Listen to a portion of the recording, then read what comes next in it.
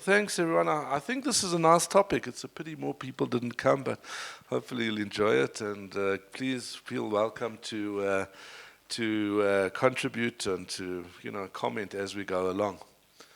So the topic is effective route planning and dispatching, and it's really talking about how three things are coming together to make really big savings in terms of vehicle planning and optimization. And the three things are telematics, which is really knowing where the vehicle is at any time.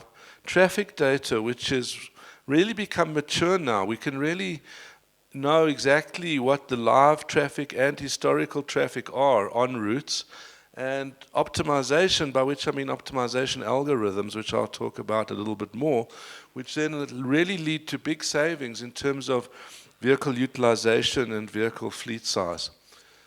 So just to give you a little bit of an outline, so routing and scheduling systems have been working really for around 30 years using static maps and loading points. So the traditional routing and scheduling system, you have a set of vehicles, you have a set of maps, and the maps are not changing, and you want to then plan your routes and your loads. So over the last few years, though, the arrival of traffic data and high-resolution real-time telematics has really heralded a new class of route planning. So this is dynamic in how it responds to historical and live traffic, and by using the live locations of the vehicles, their routes can be updated and managed in a more precise, real-time way. And also we can use the data to learn travel and service times from the telematics. So this leads to significant reductions in the number of vehicles required, as well as improved customer service and visibility. So I went through the Geotab guys are kind enough to send me the list of attendees at the conference, and these were the industries that were represented. You can see it's a broad range of industries from security, manufacturing, equipment hire, facilities management, laboratory specimen collection, all kinds of things. No need to read through all of them. But you'll see that all of them have one thing in common, is that they have large numbers of vehicles that need to be planned, and they have large numbers of customers that need to be serviced. So what is it that we have in common? So you have deliveries, you have a set of tasks. These could be deliveries, collections, maintenance visits, ad hoc visits. You have a set of resources, which is your mobile staff, which are vehicles. These could be cars, trucks, nurses, salespeople. Whoever's out there that needs planning is going to be a resource that we want to optimize. Then what do we need? We need fixed routes if we want to build repeated routes that we want to do daily or weekly or monthly. And then dynamic routes, which is when we want to plan in real time or today for tomorrow. We need live feedback of what's happening and real-time task allocation. So that is, we've got a new task comes into the system, we want to allocate it to someone in the field in real time or near real time. So all of these then feed into our planning algorithms. Sorry, I'm just trying to figure out where the pointer is on this thing. There it is, good. So all of these feed into the planning algorithms, and this with the data, which is traffic data, which is live and historical traffic data, plus the vehicle telematics, can lead us to really much more efficient vehicle use. We can lead us to full visibility of where our fleet is and what they're doing. And what's also very important is realistic resource requirements. We have many customers whose biggest saving using our software is not so much that it's certainly they get savings from the daily route planning, but also from understanding what they need, how many vehicles they need. There's a big tendency in all of the service environments that I talked about to have too many vehicles. because really the biggest failure is to fail the customer. So people tend to put too many vehicles in and don't really have an idea. Do they have 1% too many, 5% too many, or even in some cases 50% too many? And that's really important. If you know what you need to do and the best way to do it, then you know what resources you need. And we typically see between 10 and 20% cost savings. I'll take you through a few little case studies at the end of the talk as well. So every industry is, has special needs though. So a lot of what they do is common to all the industries, but also every industry has their own special needs. And what we found is that you often need different solvers in order to work with that industry. So for example, if you're doing fuel distribution, I doubt that any of you are involved with that, but if you've seen fuel tankers, you'll know that fuel tankers have big compartments where the fuel is stored, and those compartments lead to tremendous complexity in how you load and route the fuel tankers, because you can only load them in a certain sequence and offload them in a certain sequence so that the tankers stay stable while they're busy driving. Another example is in waste. I don't know if any of you, I don't think anyone here is in the waste game, but anyway, in waste, so there's a complexity that comes in waste. When you've filled up the vehicle, now it needs to go to a landfill. Now the selection of that landfill can be quite a complicated story, because landfills have different prices that they charge you to accept the vehicle. They also have different opening hours. They have different restrictions on which types of waste they'll accept. So you have to actually insert those landfill sites into the route so that that you do that in the most efficient way. Even in long haul, if you're managing multi-step moves, long haul might seem like it's a very easy thing to do. You're just driving from A to B. But lots of times there's other complexities, like you drove from A to B, now you pick up a load from C to D, and then you have to get back to A at some point. There's a lot of complexity in long haul management, including things like what's happening at the yards, what's happening in the loading bays, cross docks, all kinds of things. If you're in the service environment where you're having to service equipment, that can be very complicated too, because you have to manage SLAs. You have to, one of our clients services the pumps at petrol stations. So if one of those pumps goes down, they have to get there within a certain amount of time, and they have to make sure that the right technician gets there, because you have to have the right skills in order to repair the specific pump that's broken. Another, for example, lab collections. I don't see anyone here from the two big pathology labs in South Africa, but both of them have very similar problems. They send people around to thousands of doctors every day. Those doctors may or may not have samples for them to pick up. So there's tremendous wastage there. You'd much rather to only go to those doctors that have samples. But still, you have very high service levels that you have to achieve, because you have really time-critical deliveries. And then the more obvious one is in secondary deliveries. The routing can be very complex. If you've got, say, 500 deliveries to make on 50 trucks, how do you load those deliveries onto the trucks in such a way as to minimize the vehicle kilometers and maximize the utilization? But one thing is in common, is that once a vehicle has a task, once we're able to build a schedule, a vehicle has a task, it must be monitored. So we want to know where are they with that task, what's happening, and live ETAs with updates, in other words, through the traffic, should always be available. And we need to be able to do live replanning when things change or go wrong. So no matter what industry we're in, there's a lot of common things once we're actually executing the tasks. And this is really where the telematics and traffic data becomes so relevant. So this is just an example of some of our software that I can show you.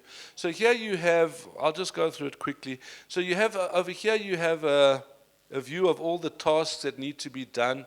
Here you have a view of a single vehicle with his plan, with his current live position. And down here you can see his Gantt chart of what he needs to do. And it's always too dangerous to give software demos in the middle of a talk. But basically what you can do is as jobs come in, you can dispatch them onto vehicles. You can drag and drop them. You get live ETAs and live tracking and so on. And this is just another example around the traffic. So here, one of the things that has been very sort of problematic with routing and scheduling systems is that they don't use historic traffic, and then this leads people to really distrust them. So here's an example for Joburg. Let's say you've got your depot here in Midrand, and you've got two tasks. One task's in Rosebank and one is in Centurion. So we know, as people who live in this area, that you would much rather drive north in the morning, do this task first, and then drive south in the midday and do that, so that you don't leave the depot and drive straight into the traffic jam that is the N1 from Pretoria to Joburg every day.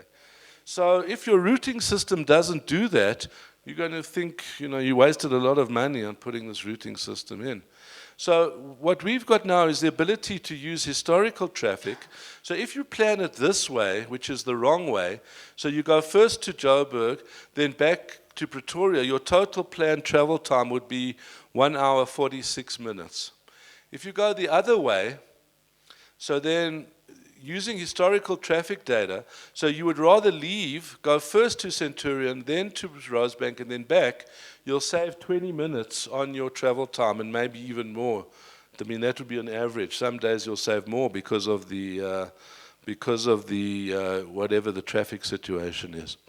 So that's one example of where traffic is really very useful in planning. That's historical traffic.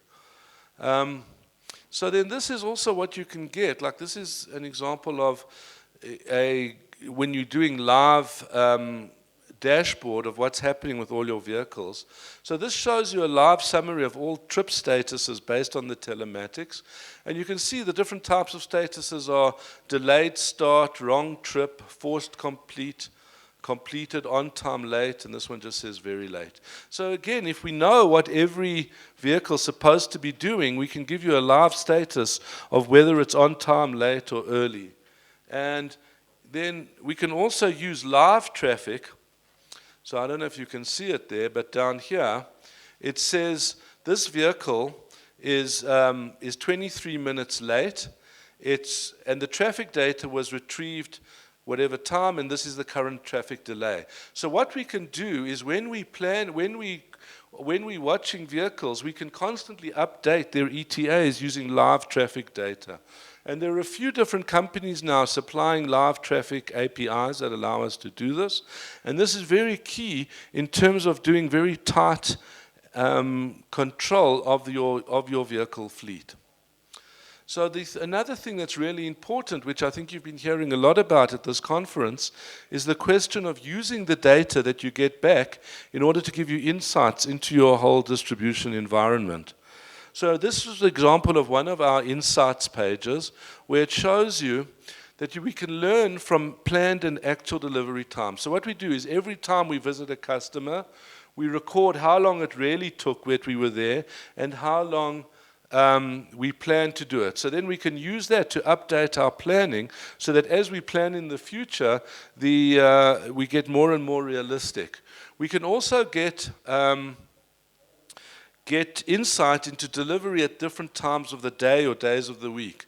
So in this example here, you can see we've divided the day up, and we've got a little box plot there for each time of day or for each period, and you can see that the deliveries in the morning are a lot slower than through the rest of the day.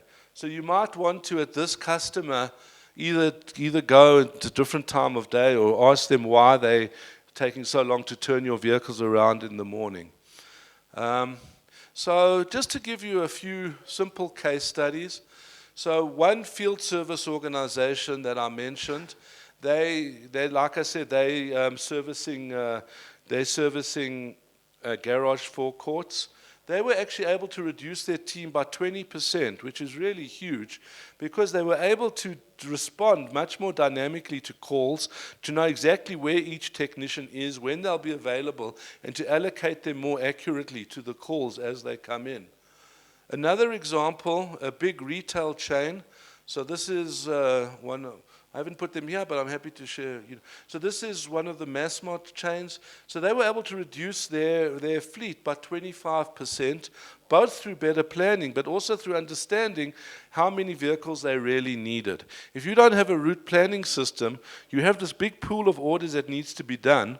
You have this pool of vehicles that does them, but you don't really know at any point, do I have the right number of vehicles? So by having a proper planning system, they were able to pull literally 25% of their vehicles out. Then there's an equipment hire company that just through better planning were able to reduce their vehicles by 10%. And then another big client of ours, a beverage company, so they were doing route planning on their sales team. So they have about 600 sales reps who we did the route planning on that, and they were able to save around 5 million kilometers per year of travel just by doing proper planning, territory management, and optimization. So really, so if we want to get to nirvana in terms of this kind of planning, where do we want to be? We want to have the right number of vehicles at any time to deal with the tasks, not too few and not too many. Every movement must be planned and optimized. That's important. So we want to be sure that every time a vehicle moves, we know what they're doing and that we've optimized who's doing it. So our tasks must be allocated to vehicles and drivers in accordance with skills, working hours, and all task constraints. And every task is executed with minimum time with lowest cost. And finally, all vehicles are fully visible. So that's really just, the whole journey that you need to take. If you want to really use this data, this is where you can get. I wouldn't say that it's easy to reach this kind of situation because lots of times people are very used to and comfortable with very ad hoc and manual ways of planning their vehicles. But if you really want the big savings, it makes a lot of sense to spend more in your planning and less in the field. And you're also going to achieve much better customer service by doing that. So that's it. Thank you very much. Thanks again for attending.